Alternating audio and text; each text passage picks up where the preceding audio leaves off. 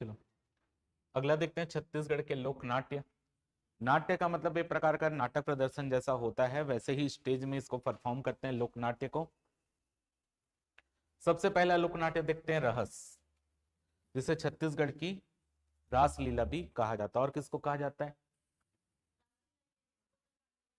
किसको बोलते हैं, डंडा नृत्य को। इसको भी छत्तीसगढ़ का रास कहा जाता है। रहस, अब देखो रहस जो होता है ये दो तरीके का होता है, एक होता है खड़े साज का, एक होता है बैठे साज का। खड़े साज का मतलब वो खड़े होकर गाएंगे, और बैठे साज का मतलब वो बैठ कर गा रहे हैं। मेन रूप से फाल्गुन महीने यानी होली के आसपास जो है इसका आयोजन किया जाता है। तो रहस के बारे में देख लेते हैं। रस आपका इंपॉर्टेंट है कि जो रहस जो है इसकी पांडुलिपि, पांडुलिपि का मतलब क्या होता है, हस्तलिखित जो चीजें होती हैं, जिसमें इसकी मतलब एक प्रकार से उन्होंने पूरा जो भी इनकी पंक्तियां हैं वो बाबू रेवाराम ने बनाई है, और आज भी वही रहस गाया जाता है। तो यहाँ पर है, यह कृष्ण व राधा की रासलीला पर आधारित है। इसमें कृष्ण और राधा की क्या करते हैं, मानव के समान एक आकृति बनाते हैं, मूर्ति बनाते हैं, उसकी पूजा भी करते हैं। छत्तीसगढ़ का बिलासपुर क्षेत्र जो है ये रहस के लिए सर्वाधिक प्रसिद्ध है। बाबू रेवाराम के द्वारा जो है रहस की पांडुलिपि को तैयार किया गया है, और आज भी बाबू रेवाराम के द्वारा जो पांडुलिपि बनाई गई है उसी में रहस का आयोजन होता है। दो तरीके के रहस होता है, एक होता है खड़े साज और एक होता है बैठे साज। खड़े साज छत्तीसगढ़ में सर्वाधिक प्रचलित है, जबकि बैठे साज जो है रहस नाम मात्र का रह गया है। बैठे साज याद रखना, केवल और केवल अभी वर्तमान में रतनपुर के क्षेत्र में बैठे साज का रहस फेमस है। इस कारण जो बैठे साज का रहस है उसको रतनपुरिहा रहस भी कहा जाता है। ये भी आपके लिए इंपॉर्टेंट है। बैठे साज के रहस का आयोजन एक ही स्थान पर होता है, और वो है आपका मेन रूप से रतनपुर में आजकल हो रहा है, और इस कारण बैठे साज के रहस को रतनपुरिहा रहस भी कहा जाता है। ये चीज इंपॉर्टेंट है, रतनपुर रहस्य या रतनपुरिहा रहस भी कहा जाता है। अब जो खड़े साज का रहस है ये दो टाइप के होते हैं, एक होता है स्वर्ण रहस और एक होता है सतनामी रहस। जो बैठ खड़े साज का रहस जो है वो दो टाइप का है, सुवर्ण रहस और सतनामी रहस। मतलब एक प्रकार से श्री कृष्ण और जो राधा की प्रेम गाथा थी उसको यहाँ पर वर्णन किया जाता है, जो उनकी पांडुलिपि तैयार की गई थी बाबू रेवाम राम के द्वारा, उसको यहाँ पर गाया जाता है और नाटक के माध्यम से उसको प्रस्तुत किया जाता है। खड़े साज के रहस्य में मुख्य रूप से प्रस्तुति रंगमंच में खड़े होकर दी जाती है। स्वर्ण रहस्य में मंडली का प्रमुख ब्राह्मण होता है। अगर मंडली का जो प्रमुख है वो ब्राह्मण है तो उसको बोलेंगे स्वर्ण रहस्य, अगर मंडली का प्रमुख सतनामी है तो उसको बोलेंगे सतनामी रहस्य।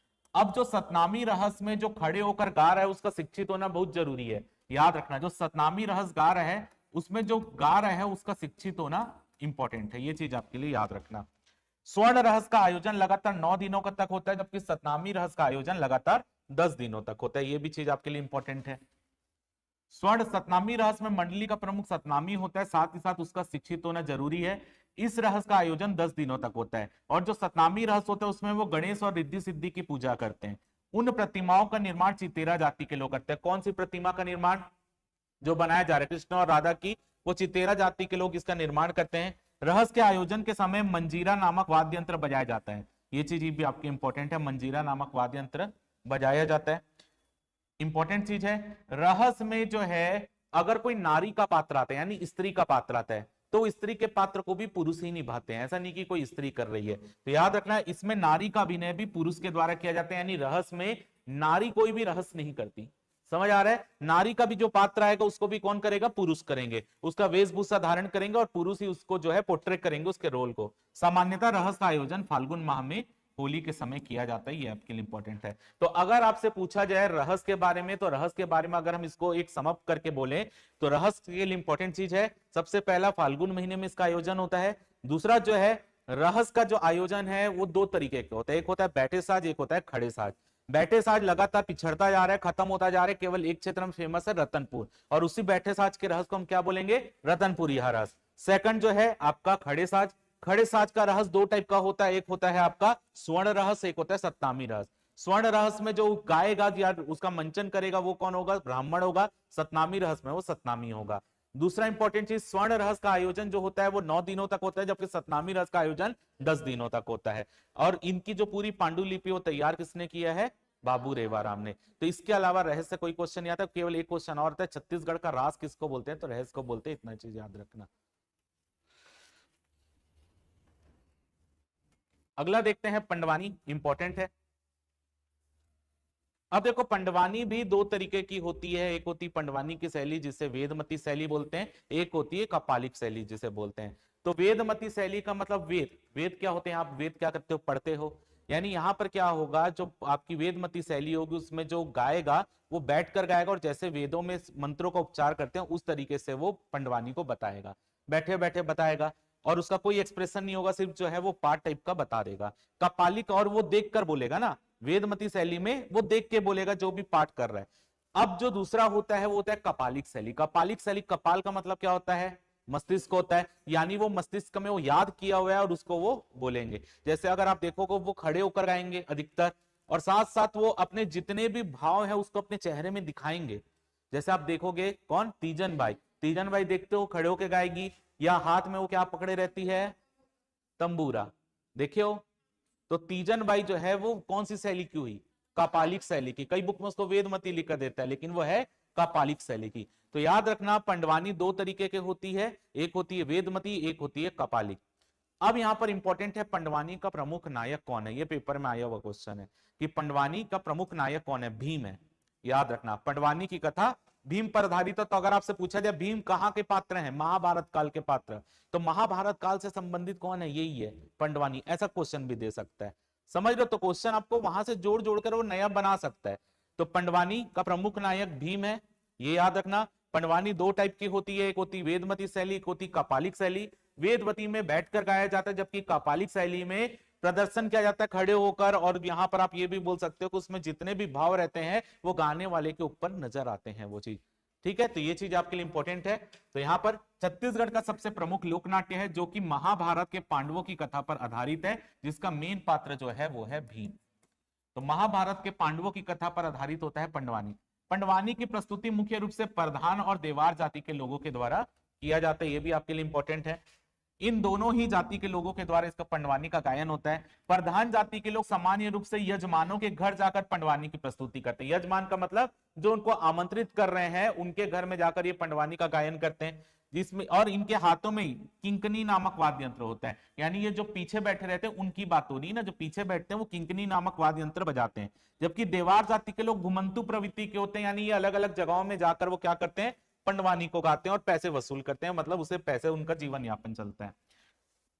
ये मुख्य रूप से रुंझू नामक वाद्य यंत्र बजाते हैं। याद रखना जो यजमानों के घर जाके गा रहे हैं प्रधान, वो कौन सा पकड़े रहते हैं, मतलब जो पीछे रहते हैं वो किंकनी, और जो इन लोग देवार लोग गा रहे हैं वो हाथ में रुंझू, ये पीछे जो बजा रहे हैं उसकी बात हो रहा है। और जो गायक होगा वो क्या पकड़ा रहता है, तंबूरा, ये चीज याद रखना। तो पंडवानी की दो शैलियां होती है, वेदमती और कपालिक शैली।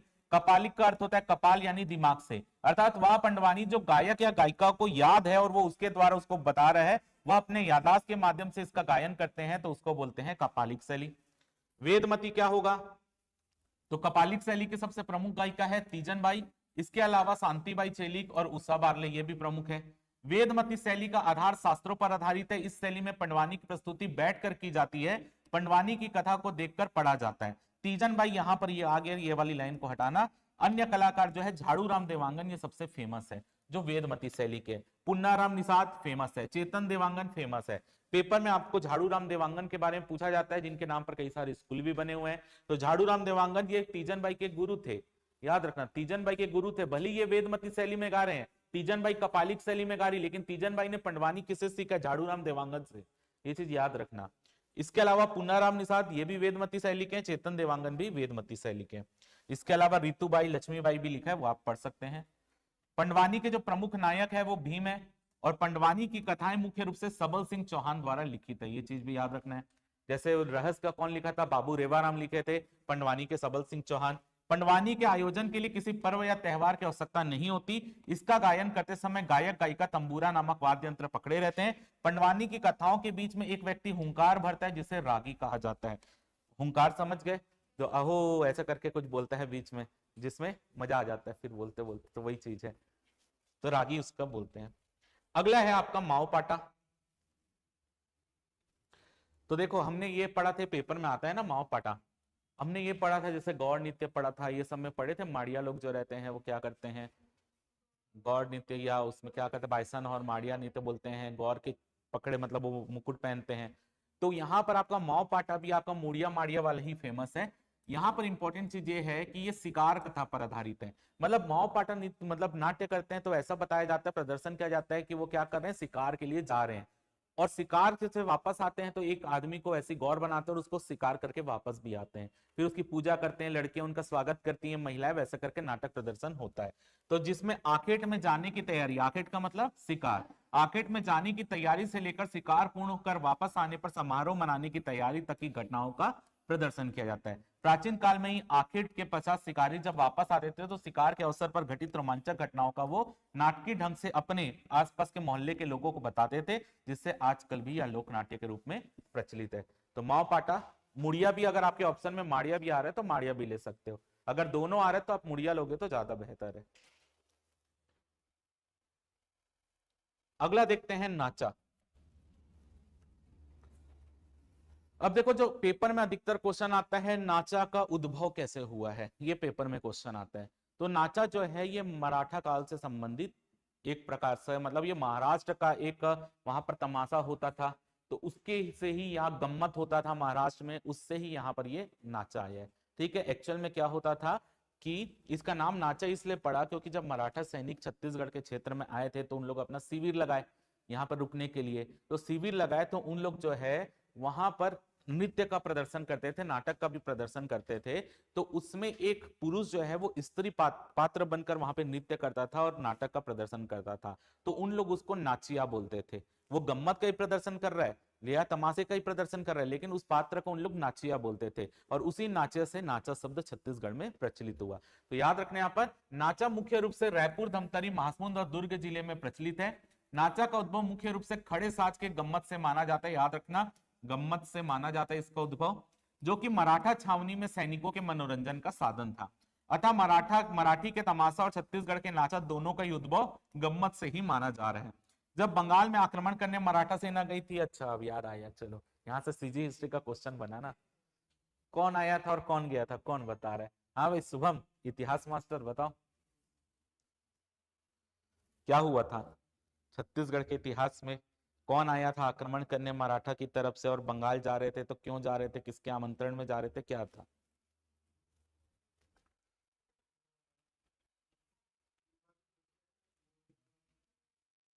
अरे बिंबा जी तो अभी आई नहीं है रे भाई, पहली क्लास का है ये, दूर भी नहीं, पहली क्लास का है।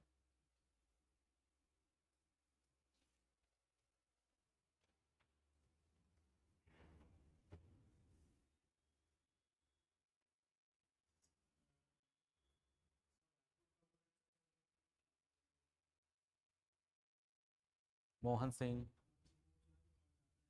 तो क्या हुआ, बंगाल क्यों जा रहे थे उन लोग आक्रमण करने?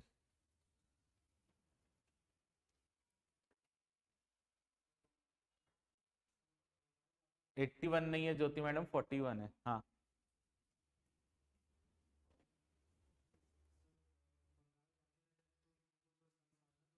क्यों जाते हैं बंगाल, वही तो पूछ रहा हूँ, बंगाल क्यों जाते हैं? कौन बुलाया था उनको बंगाल जाने के लिए?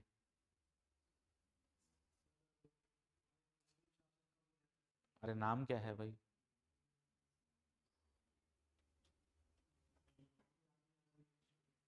हाँ चल स्टोरी ही बता दे चल।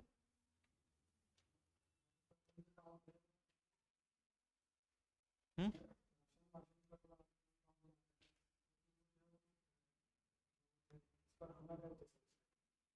बंगाल पे आक्रमण करते हैं, हाँ। कौन रहता है रतनपुर का राजा?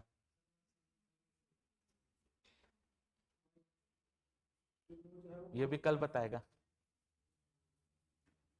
हम्म। हम्म।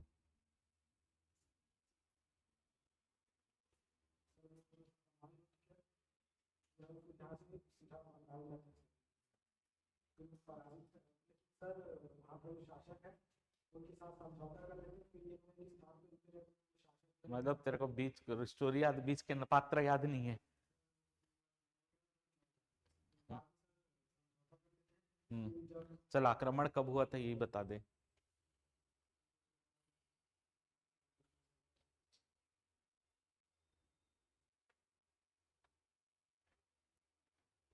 बताओ काजल मैडम। आप भी भूल गए हो। स्टोरी तो याद है। कौन? अब बिम्बा जी तो उस समय आई ही नहीं रे भाई। रघु जी भोसले है, उसका सेनापति है भास्कर पंत। हाँ याद आ गया, आगे बता फिर। हम्म।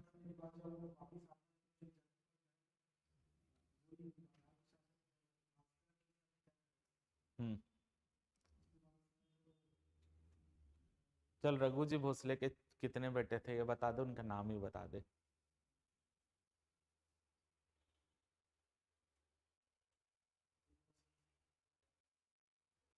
ये भी कल बताएगा।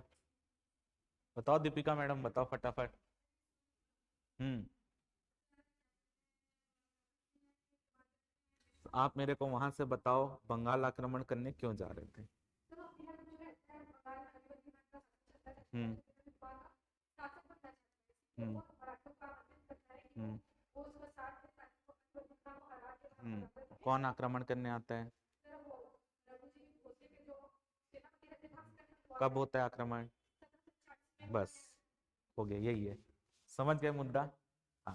तो ये जब बंगाल में आक्रमण करने मराठा सेना गई थी तो उस समय वो रतनपुर मार्ग में रुकते हैं, और यही सैनिक टुकड़ी जो रहती है यहाँ पर वही गम्मत का प्रदर्शन करते हैं उन लोग।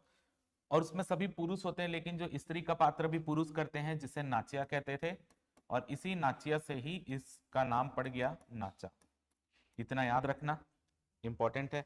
अब एक नाचा में क्या होता है, आगे चलकर इस नाचा में एक नए पात्र का उद्भव हुआ जिसे जोक्कड़ कहते हैं। जोक्कड़ क्या होता है? विदूषक होता है। विदूषक का मतलब जो बीच बीच में हंसाने के लिए कुछ कुछ जोक मारेगा या कुछ ऐसा काम करेगा जिससे आपको हंसी आए। पेपर में क्वेश्चन आ चुका है कि जोक्कड़ नामक पात्र कौन से लोकनाट्य में होता है, ये भी पेपर में क्वेश्चन आ चुका है। ठीक है, तो नाचा में जोक्कड़ नामक पात्र होता है। इसके अलावा परी नामक पात्र भी होता है। दोनों वही विदूषक है, परी और जोकर। तो परी और का पात्र भी पुरुष ही करता है, जो कि एक भोली भाली नेक स्त्री होती है, जिस पर जो है जोकर जो है थोड़ा सा चांस लेने की कोशिश करता है। वही पात्र लोकनाट्य में दिखाया जाता है। तो ये चीज याद रखना। तो नाचा का प्रमुख आकर्षण जोकर और परी का संवाद ही होता है। और छत्तीसगढ़ में नाचा का भीष्म पितामह किसे कहते हैं? दुलार सिंह मंदरांजी को कहते हैं। याद रखना, छत्तीसगढ़ में नाचा का भीष्म पितामह दुलार सिंह मंदरांजी। और नाचा के आगे बढ़ाने का श्रेय हबीब तनवीर को भी जाता है। हबीब तनवीर कौन है? हम्म। और भूषण नहीं मिला? पद्मश्री मिला है कि नहीं? चलो अगला देखते हैं, भतरा नाट। भतरा नाट देख लेते हैं, इंपॉर्टेंट है। अब नाम से स्पष्ट है, भतरा लिखे यानी भतरा जनजाति से रिलेटेड होगा। पेपर में क्या क्वेश्चन आता है कि भतरा नाट जो है वो कौन करता है? ये जो है मेन रूप से आपके जितने भी पौराणिक पात्र हैं उनका प्रदर्शन इसमें किया जाता है। जो हाल फिलहाल में घटना घटित हो रही है उसका भी ये अपने नाचा के मतलब नाट्य के माध्यम से उसको भी प्रदर्शित करते हैं। तो भतरा नाट्य एक्चुअल में मैंने आपको ये स्टोरी भी बताई थी बीच में। पुरुषोत्तम देव जो रहते हैं वो अपने साथ आदिवासियों को लेकर आते हैं, उनको जनेऊ धारण करवाते हैं और उनको भद्र संबोधित करते हैं, और वही भद्र आगे चलकर भत्रा हुआ। ठीक है, तो उन्हीं के द्वारा ये प्रदर्शन किया जाता है। तो अगर आप देखोगे तो भत्रा लोगों को लेकर कहां से आए थे? वो उड़ीसा से। तो भत्रा नाट को ही इसलिए उड़िया नाट भी कहा जाता है। यानी भत्रा नाट को ही इसी कारण इसका नाम क्या पड़ा है? उड़िया नाट भी पड़ा है। यानी ये उड़ीसा से काफी ज्यादा इंस्पायर लगता है। ठीक, अब इसमें जो है भतरा नाट मुख्य रूप से जो है महाभारत और रामायण जैसी पौराणिक कथाओं पर आधारित है। भतरा नाट में भरत मुनि के नाट्य शास्त्र की कई सारी बातें विद्यमान होती, जैसे आप देखना कि कोई भी नाट्य चालू करने से पहले गणेश जी की पूजा करना, लक्ष्मी जी की पूजा करना, तो ये सब इसमें भी होता है, भतरा नाट में भी। इसके अलावा नाट्य प्रारंभ करने से पहले गणेश व सरस्वती की वंदना होती है। भतरा नाट्य के आयोजन की तिथि गांव का प्रमुख व्यक्ति हाट बाजार में तय करता है। हाट बाजार यानी जो उनके बाजार लगते हैं। इसका आयोजन रात के 9 बजे से प्रारंभ होकर सुबह 5 बजे तक लगभग चलता है। इसका आयोजन मुख्य रूप से धान की फसल कटने के बाद जब सब आराम फरमाते रहते हैं, उनकी कृषि कार्य पूर्ण हो जा रहा है, फसल वसल कट गई, तो उसके बाद ये होता है। इसमें भी केवल पुरुष ही भाग लेते हैं, ये इंपॉर्टेंट है कि भतरा नाट भी केवल पुरुष ही करते हैं। महिलाएं जो है देखने जाती हैं, करते पुरुष से। अगला है खम्ब स्वांग। खम्ब स्वांग जो है कोरकू जनजाति के लोग करते हैं। इन लोग भी क्या करते हैं? कि मेघनाथ जो स्तंभ बनाया जाता है उसके चारों तरफ घूमकर ये खम्भ स्वांग किया जाता है, जिसका आयोजन अश्विन माह की नवरात्रि के आसपास किया जाता है।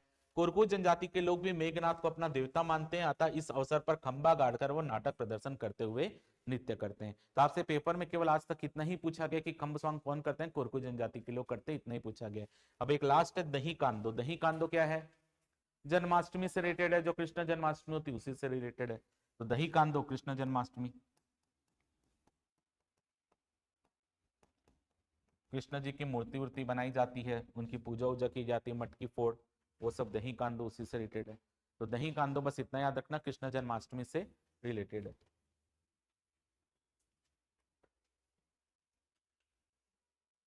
तो लोकनाट्य कौन कौन से हो गए? रहस, पंडवानी, भतरा नाट हो गया एक, दही कांड हो गया, खमस्वांग हो गया और नाचा माओ पाटा। माओ पाटा, ठीक। अब थोड़ा सा देखते हैं, ये तो हमने पढ़ लिया है।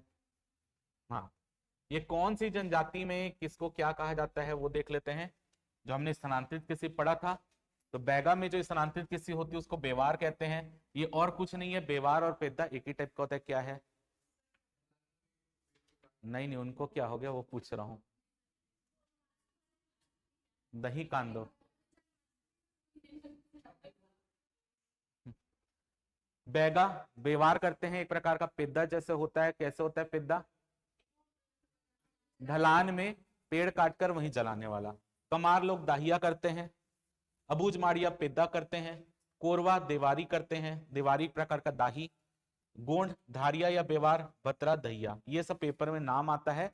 इसको याद रखना पड़ेगा आपको कि बैगा जनजाति जो स्थानांतरित कैसे करती है उससे बेवार कहता है। आपसे पेपर में पूछेगा, बेवार की जगह आपको लिख कर देगा बेवर, याद रखना इस चीज को। तो बेवर बेवार एक ही है। तो आपसे पूछ कर देगा पेपर में, बैगा जनजाति जो स्थानांतरित कृषि करती है उसे क्या कहते हैं, या उल्टा पूछेगा बेवर कृषि कौन करता है, तो ऐसा बैगा, ब से ब को जोड़ लेना। कमार का दहिया, भुजमाड़िया का पेद्दा, कोरवा का देवारी, गोंड का धारिया या बेवार, भत्रा का दहिया। अगर बैगा और गोंड दोनों को बेवार में ऑप्शन दे रहा है तो बैगा ज्यादा बेहतर आंसर है, ठीक है। तो बैगा को लेना है। तो ये रटने वाली चीज है, बाकी होता क्या है उसको वही टाइप है। अब आप इतना समझ लेना, वो जला ही रहे हैं, चाहे वो ढलान में जला रहे हैं, चाहे वो ला के जला रहे हैं, या समतल में जला रहे हैं, पेड़ ही जल रहे हैं, ठीक है। बस उनके, हाँ हाँ, तो ऐसे ये कमार का दहिया ऐसा लिखा हुआ है। हाँ, बैगा और गोंड में बेवार दोनों में लिखा है, दाहिया और एक दहिया है, एक दाहिया एक दहिया। बस नाम अलग है, काम वही हो रहा है, बस इतना समझ लो। ये सब पढ़ लिए हैं अपन। अब यहाँ पर जनजाति युवा गृह से पहले जो पढ़ना था वो दिख नहीं रहा इसमें।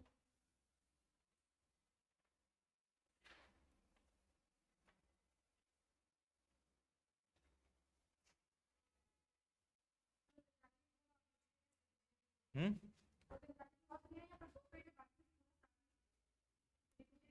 अच्छा नहीं, और आज तो नोट्स दूसरा इसमें रिपीटेड वाला था क्या?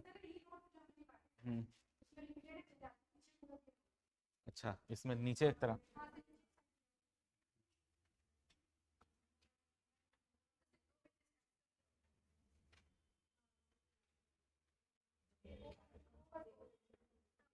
हम्म,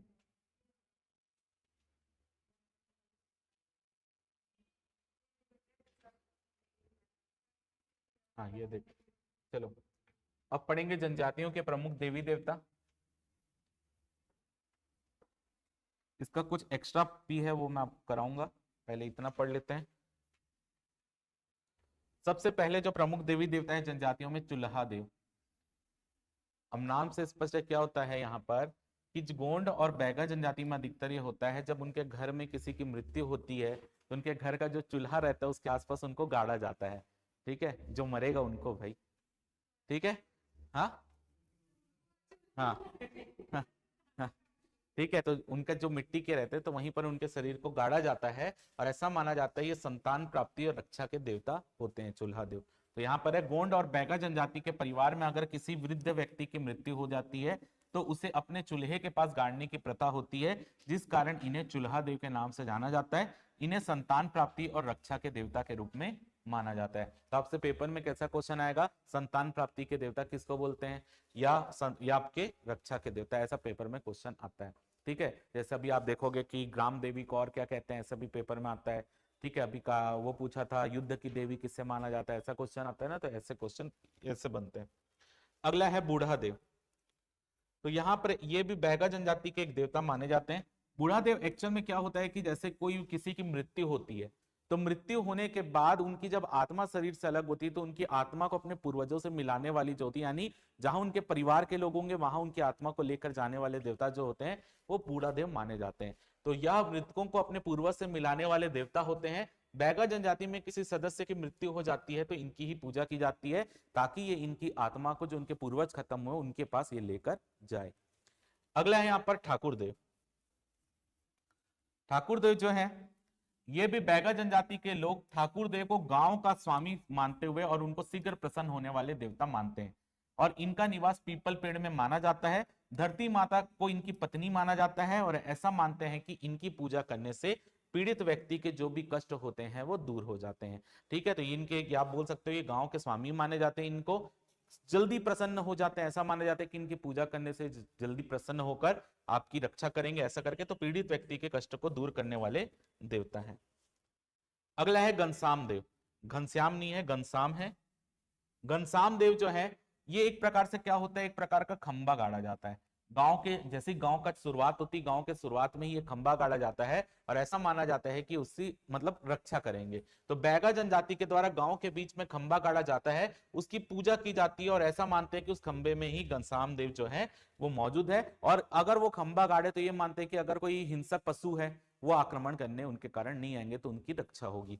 तो इसी के लिए यहाँ पर जो है हिंसक जानवरों के आक्रमण से रक्षा करने वाले देवता जो है वो घनश्याम देव है। अगला है बाघ देव।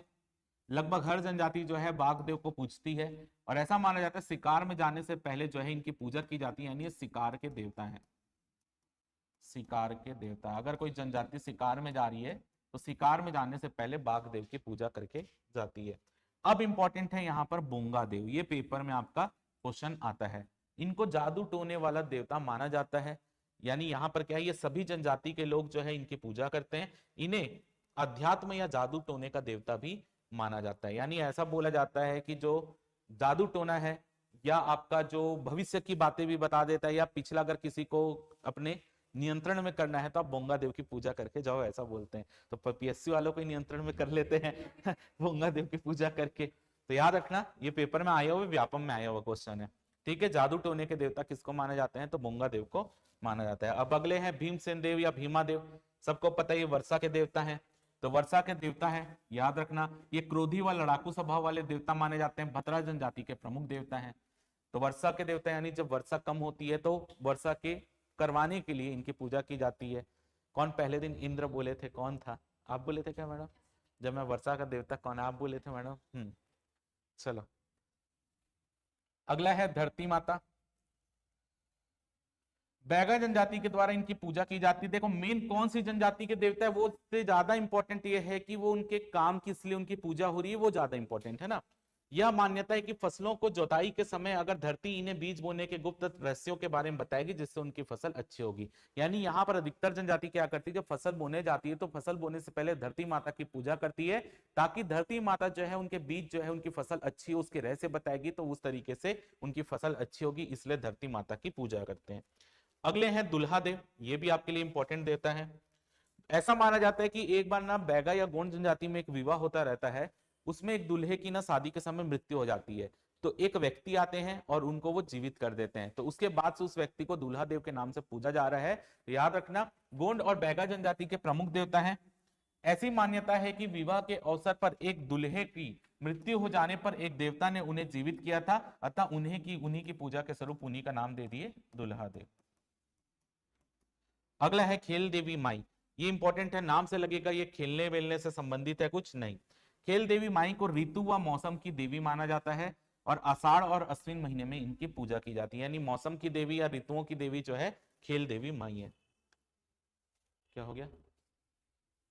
अगला है यहाँ पर झुलना देवी।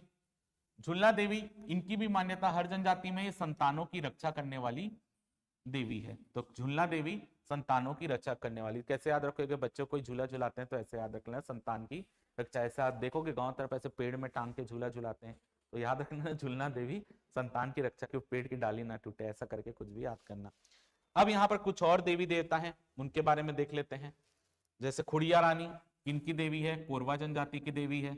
धर्मेश, ये पेपर में बहुत बार आता है, उराव जनजाति के देवता है ये। सरना देवी उराव जनजाति। छोटे माई बड़े माई कमार जनजाति। सगराखंड ये पेपर में आ चुका है, कंवर। और आगे है अंगादेव या लिंगोदेव मुड़िया जनजाति। कुछ और भी देवी देवता, इसको मैं आपको अलग से लिखवाऊंगा नोट्स में, ठीक है? तो उसको लिखेंगे कि ग्राम देवी कौन है, ये सब चीज पेपर में जो आजकल आ रहा है उसको एक्स्ट्रा मैं आपको लिखवाऊंगा। अब थोड़ा सा देख लेते हैं हम घोटुल ओटुल के बारे में।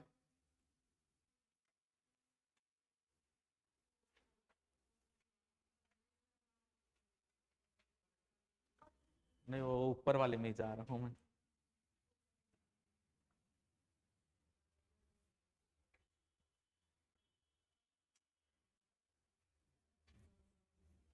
क्या होता है घोटुल, कौन बता रहा है?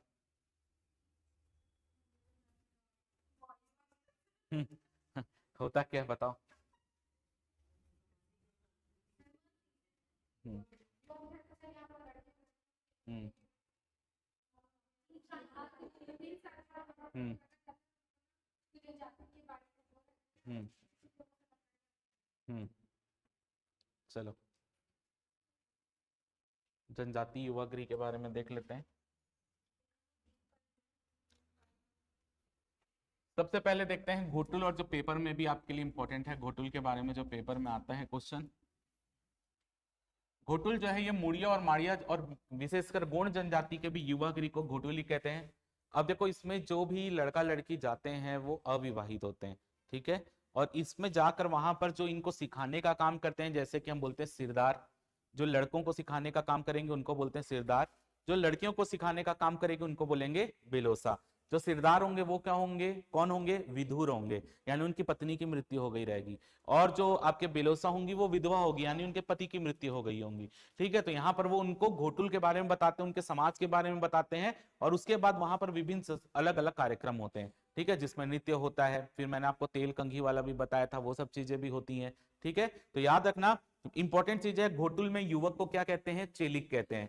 लड़कियों को क्या कहते हैं? मुटियारिन कहते हैं। वहां पर जो लड़कों के शिक्षक होंगे, गुरु होंगे, उनको ये क्या कहेंगे? सिरदार कहेंगे। जो लड़कियों की होंगी उनको बेलोसा बोलेंगे। ये पेपर में क्वेश्चन आते हैं। तो बस्तर में मुड़िया माड़िया व गोंड जनजाति के प्रमुख जो मतलब युवा गृह है उसको घोटुल बोलते हैं। गांव के सभी अविवाहित युवक युवतियां जो है वो शाम के समय घोटुल में एकत्रित होते हैं। और वेरियर एल्विन के शब्दों में घोटुल के बालकों को स्वच्छता, अनुशासन और कठिन कार्य के पाठ भी पढ़ाए जाते हैं। यानी उनको जो है कैसे अपने अंदर जो है अनुशासन रखना है, उनको कैसे अपने क्षेत्र में स्वच्छता रखनी है, और साथ ही साथ उनको कैसे काम करना है जिसका। तो ये केवल अपने दिमाग में ये मत रखना कि घोटुल में वैवाहिक संबंध तय होते हैं। पेपर में आपसे क्वेश्चन में 3-4 फुट वाले पॉइंट पूछा जाएगा, तो वहां पर उनको जो है समाज के बारे में बताया जाता है, वहां से विवाह संबंध भी तय होते हैं। अगर विवाह संबंध तय हो रहे हैं तो जैसे ही उनके फिक्स हुआ वो बाहर, घोटुल के सदस्य नहीं रहेंगे फिर वो। समझ आ गया? ये चीज याद रखना। जो जीवन पर्यंत उनके साथ रहते हैं उन्हें घोटुल में यह पढ़ाया जाता है कि वे आत्म गौरव का अनुभव स्वयं करें और बड़ों का भी आदर सम्मान करें, यानी समाज में भी उनको कैसे प्रतिष्ठा मिलेगी वो सब चीज के बारे में भी उनको बताया जाता है, ठीक है? अब यहाँ पर घोटुल में शामिल होने वाले लड़कियों को क्या कहते हैं? चेलिक कहते हैं। और लड़कियों को कहते हैं मोटियारिन। लड़कों के प्रमुख जो शिक्षा देने का काम करते हैं उनको कहते हैं सिरदार। लड़कियों की प्रमुख जो शिक्षा देने का काम करती है उन्हें कहते हैं बेलोसा। सिरदार मुख्य रूप से विधुर होते हैं जबकि बेलोसा मुख्य रूप से विधवा होती है। अब यहाँ पर घोटुल में जो साफ सफाई का काम करते हैं, जो लड़के घोटुल में साफ सफाई का काम करते हैं उन्हें वफेदार कहा जाता है। याद रखना, जो घोटुल में लड़के साफ सफाई का काम करते हैं उन्हें वफेदार कहा जाता है। चेलिक है वो, लेकिन साथ साथ वो साफ सफाई का भी काम कर रहे हैं तो उनको वफेदार कहते हैं। जबकि अब लड़कियां जो रहती है वो साफ सफाई का काम भी करती है और डोना बनाने का काम भी करती है। डोना जिसमें आप गुच्चुप पुच्चुप लेते होगे, ठीक है? वो सब बनाने का भी काम करती है और उनको बोलते हैं पियासा। यानी जो लड़कियां काम कर रही है उनको बोलते हैं पियासा। घोटुल के निर्माण का विचार सबसे पहले लिंगोदेव को आया था, तो घोटुल के देवता कौन है? लिंगोदेव है। ऐसा पेपर में क्वेश्चन आता है। तब यहां पर जो है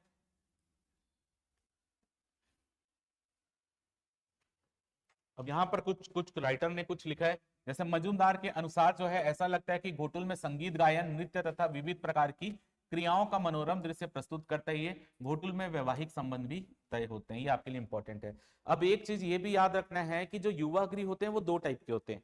एक होते हैं एक लिंगी और एक होते हैं द्विलिंगी।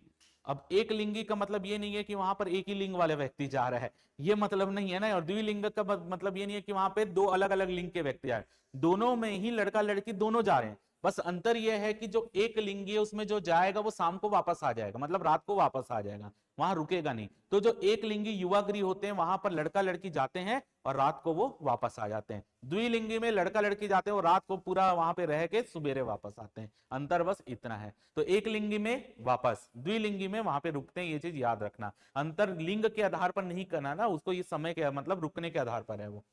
अगला है धुमकुरिया। धुमकुरिया जो है ये उराव जनजाति का युवागृह होता है धुमकुरिया।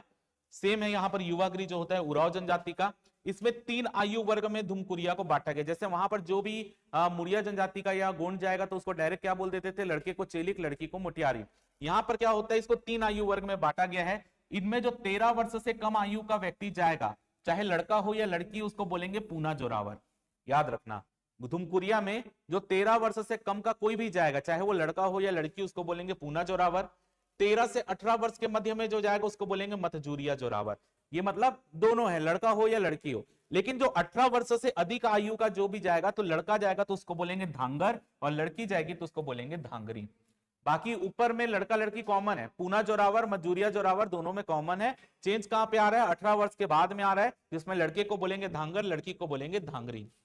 अब इंपॉर्टेंट चीज ये है कि लड़के को जो शिक्षा देने वाले होते हैं वो होते हैं, उनको बोलते हैं धांगर महतो, जो लड़के को शिक्षा देंगे। जो लड़की को शिक्षा देंगे उनको बोलेंगे बारकिन धांगरी। धांगर महतो और बारकिन धांगरी, बारकिन। अब यहां पर जो है अबूझ माड़िया में भी जो आपका युवागृह घोटुल होता है, उसके लिए भी आपके लिए इंपॉर्टेंट चीज ये है कि अबूझ माड़िया में जो युवागृह होता है उसमें लड़के को कहते हैं लेयोर और लड़की को कहते हैं लयस्कू। ये आपके लिए इंपॉर्टेंट है। गोंड बैगा ये सब में क्या बोलते हैं, चेलिक और मोटियारिन बोलते हैं। लेकिन अबूझ माड़िया के भी युवागृह को घोटुल बोलते हैं और इसमें जो लड़के सदस्य बनेंगे उनको लेयोर बोलते हैं, लड़की को लयस्कू बोलते हैं। इसको नोट कर लो, कहीं पर अगर लिखा भी हुआ है तब भी अगर इसको हाईलाइट कर लो ताकि आपको याद रहे। अब देखो यहाँ पर घोटुल का जो वरिष्ठ सदस्य होता है उसको पटेल या मुखिया बोलते हैं, और उसके सहयोग के लिए कोटवार युवक तथा एक कोटवारीन युवती की भी नियुक्ति करते हैं। यानी अबूझ माड़िया में क्या होता है, एक हेड होगा जिसको पटेल बोलेंगे, और उसकी मदद करने के लिए जो लड़के में हेड होगा उसको कोटवार बोलेंगे और लड़कियों की कोटवारीन बोलेंगे। और जो हेड मतलब यहाँ पर डायरेक्ट क्या होता है, जैसे वहां पर क्या बोल रहे थे, अगर आपको मैच करना है तो वहां पर सिरदार जो होते थे यहाँ पर वो कोटवार है, और जो वहां पर बेलोसा होती थी यहाँ पर वो कोटवारीन है। और इन दोनों के नियंत्रण करने के लिए ऊपर एक व्यक्ति है पटेल। अब यहां पर है जो एक लिंगी द्विलिंगी, मैंने आपको बता दिया कि एक लिंगी में क्या होता है, शाम को जाकर रात को घर वापस आ जाते हैं, द्विलिंगी में क्या होता है वहीं पर रुकते हैं। अब यहां पर आपका जो युवागृह और है, मुड़िया का युवागृह घोटुल, उराव का धुमकुरिया, इसके अलावा आपका जो है बिरहोर का है गीतियोना, बिरहोर का गीतियोना, भारिया का है घसरवासा, भुइया का है रंगभंग, परजा का है धांगा बक्सर। लेकिन यहाँ पर याद रखना कई बुक में इसको अलग अलग सब में बताया है। ये जो स्क्रीनशॉट है ये आपका जो हिंदी ग्रंथ एकेडमी की समग्र छत्तीसगढ़ आती उसका स्क्रीनशॉट है, ठीक है। लेकिन हर बुक में इसको अपने हिसाब से ऊपर नीचे किया है, लेकिन अगर आपके पास, क्योंकि ये समग्र छत्तीसगढ़ में ग्रंथ एकेडमी की बुक है तो कुछ ऊपर नीचे होगा तो यहाँ से आप उसको आपत्ति लगा सकते हो, ठीक है, क्योंकि ये मान्य बुक है। तो इसको याद रखना, उराव धुमकुरिया बिरहोर गीतियोना भारिया घसरवस्सा भुइया रंगभंग परजा धांगा बक्सर, इतनी चीजें आपको याद रखनी है, ठीक है। तो इसको यहीं पर एंड करेंगे। कल अपनी क्लास में जो चीजें होंगी, कल अपने को पढ़ना है वाद्य यंत्र के बारे में, दूसरा अपने को पढ़ना है कि आपका जो इसमें चीजें बची हैं पेय पदार्थ के बारे में, वो चीजें बची, और कल मैं आपको देवी देवता जो बाकी बचे हैं वो भी लिखाऊंगा। और फिर उसके बाद केवल जो आपका जनजाति वाला पोर्शन बचा है उसको हम करेंगे, मतलब कौन सी जनजाति क्या पर्टिकुलर करती है उसके बारे में।